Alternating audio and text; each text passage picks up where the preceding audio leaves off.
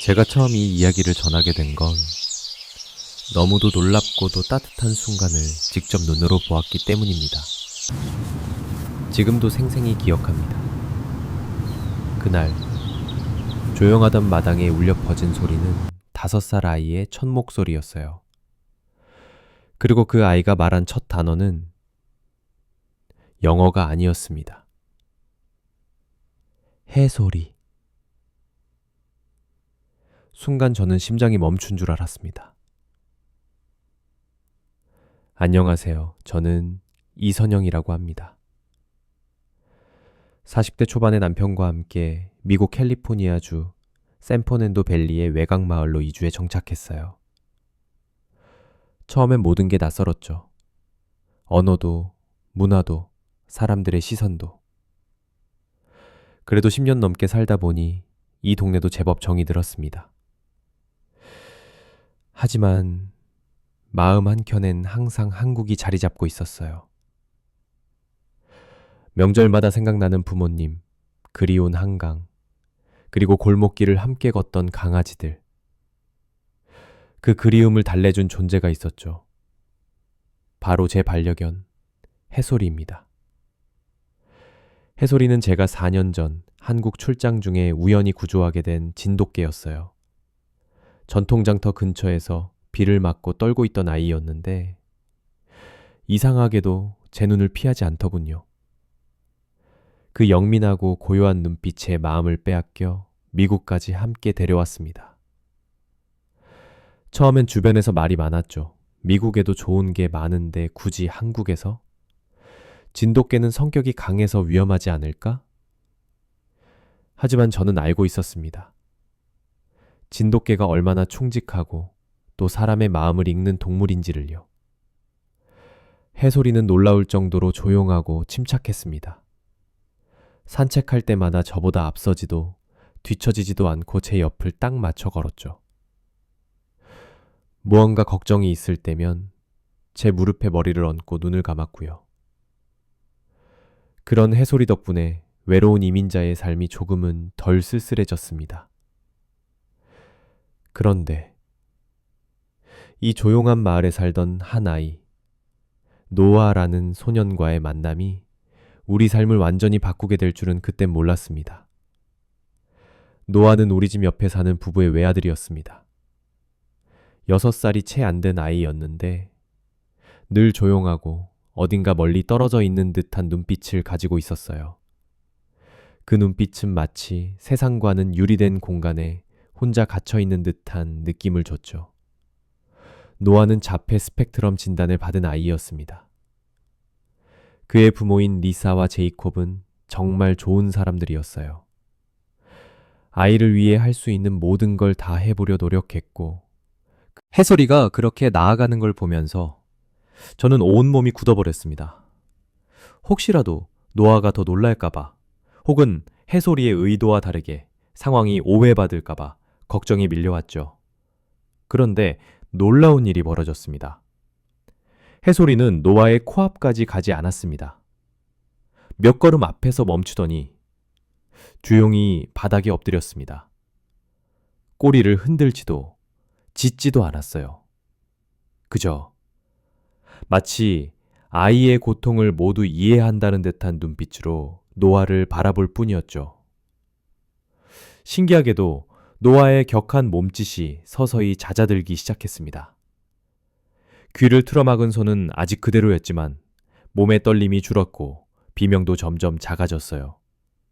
노아는 해솔이를 처음엔 인식하지 못하는 듯 했지만 시간이 흐르자 고개를 천천히 들었습니다. 그 조그마한 얼굴 위에 스치는 아주 미세한 감정, 처음 보는 눈빛이었어요. 놀람도 두려움도 아닌 호기심. 그리고 그 호기심은 해솔이를 향해 천천히 이어졌습니다. 리사와 저는 아무 말도 하지 못한 채 숨을 죽이고 지켜봤어요. 잔디깎기 기계는 여전히 시끄럽게 돌아가고 있었지만 노아는 해솔이에게서 눈을 떼지 않았습니다. 해솔이는 여전히 조용히 엎드린 채 노아의 반응을 기다렸고 그 사이 노아의 표정은 아주 조금씩 조금씩 부드러워졌습니다. 공황에 빠진 아이에게 찾아온 평온함. 이건 누구의 가르침도 아닌 한 마리 개가 이룬 기적이었습니다. 그날 이후 무언가가 바뀌었습니다. 노아는 예전처럼 외출을 거부하지 않았고 리사도 해솔이와의 만남이 있던 마당으로 자주 아이를 데리고 나왔어요. 놀랍게도 해솔이는 매번 마치 약속한 듯 노아 근처에 조용히 엎드려 있었습니다. 아직 말을 하지 않는 노아는 해솔이를 손가락으로 가리키며 무언가를 말하려고 애쓰는 모습도 보였어요.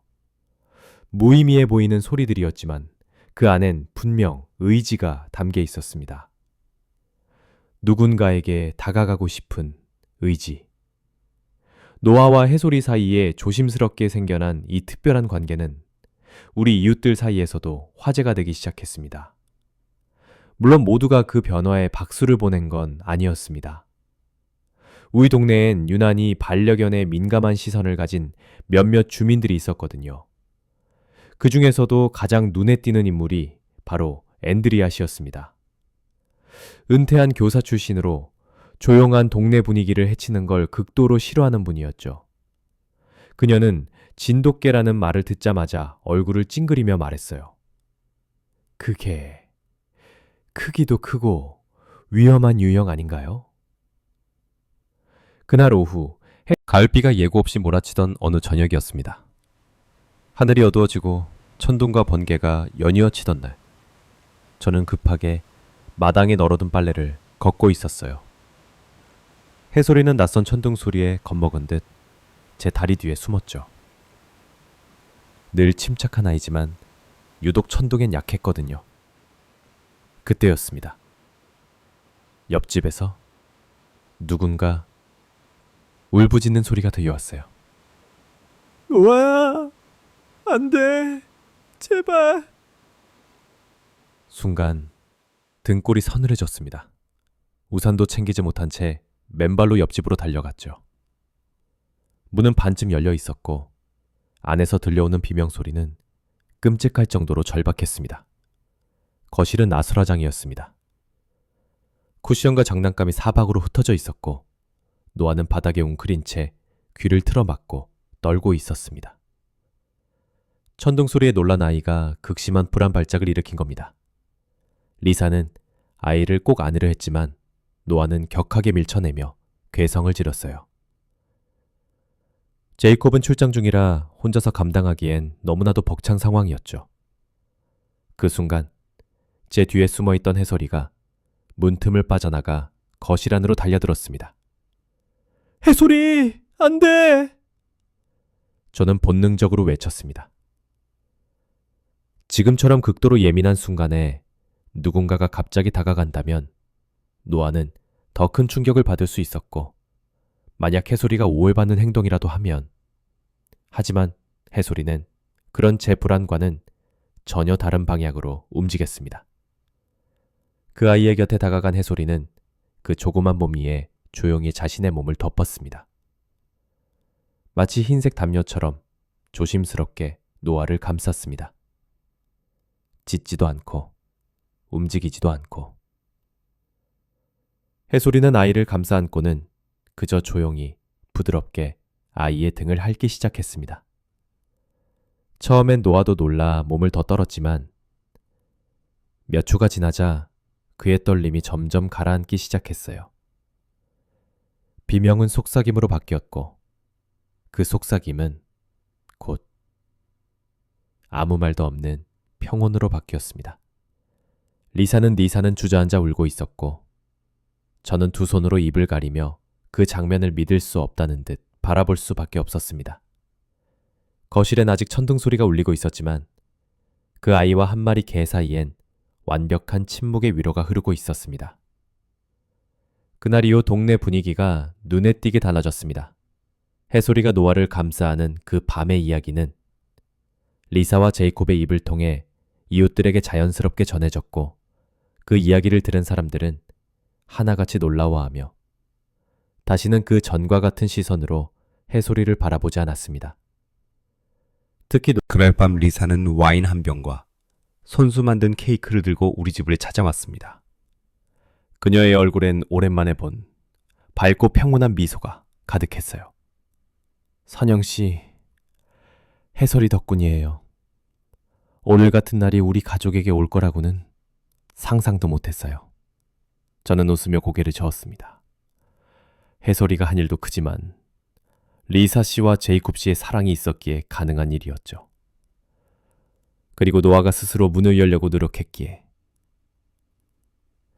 그 이후 노아는 매일 해솔이의 이름을 부르며 언어 연습을 계속했습니다. 물론 여전히 서툴고 느렸지만 그의 입에서 나오는 모든 단어는 사랑과 애착, 연결의 표현이었어요. 해솔이라는 이름은 이제 단순한 개의 이름이 아닌 노아가 세상과 연결된 첫 번째 다리가 된 것이었습니다. 언어치료사도 매우 놀라워했습니다. 해솔이의 존재는 단순한 애완동물이 아니에요. 노아에겐 감정과 소통을 끌어낸 치료 그 자체였습니다. 그녀는 해솔이를 중심으로 한 영상과 사진들을 치료에 적극적으로 활용하기 시작했고, 노아는 그 모든 자극에 조금씩 반응을 보였습니다. 그리고 데일리 LA라는 지역 신문에서 이 이야기를 취재하러 왔습니다. 기사는 이렇게 시작했죠.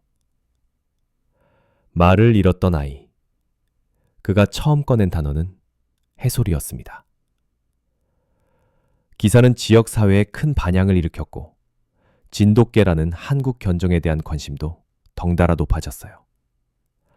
어떤 이들은 한국에서 진돗개를 입양하고 싶다고 메일을 보내기도 했고, 어떤 이들은 조용히 해솔이를 만나러 집 앞까지 찾아오기도 했습니다.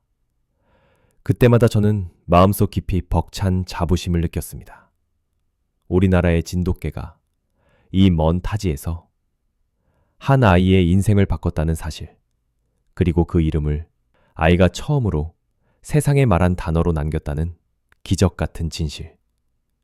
진돗개는 단지 충직한 개가 아닙니다.